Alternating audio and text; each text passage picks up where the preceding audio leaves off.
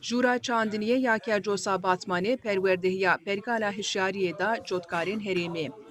مختاره بودکا ازاتما کرجوسی اعتماع فستق adına ما. ده حقي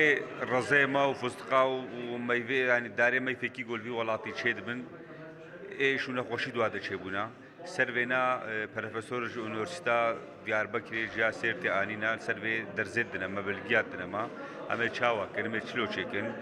ام تابي الغورا يونتمي خوي بابو كالا بري ام باعشاتكن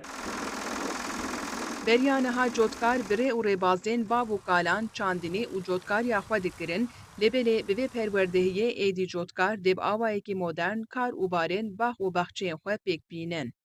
يونتمي ما يبري علاج رزا او بكابنا ما ممكن غيرك بجل غورا تكنولوجيا بآلتا او ممكن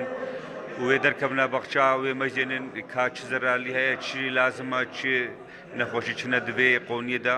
وجمر بنا yardımcı Ger ev sistem li herêmê werin sazkirin, cotkar dê beriya nexweşî û rewşa hewayê bi sê rojan bên agahdar kirin. Cotkarên ku beşdarî vê perwerdehiyê bibûn, derbarê perwerdehî û pergalê de wiha axivîn. اوجي سحب وياري ام بوكو جو ام بيشن يعني وي سيستما كولو داين السي بولغا سرفيج نخوشي غوختا جو بي بري جو ابنا خوشي بي وما مساجا ويارمش كن بايا وي پشت سه روزای تری فلان نخوشی وری و مساجش مرشینن اف سیستما گونو آلینا ارکن ویار سیستمی جرد ویژن بریا گوتش ببن یکی پید نحسان بسه روزا ولو کی خلیب کفی ولو کی وقت علاج لمه بچیک بکی یک وی حاضر لطری بیجوینا کرا Birê û rêbazên modern li herêmê dê cureyên dar û beran û çandiniyê jî zêdetir bibin.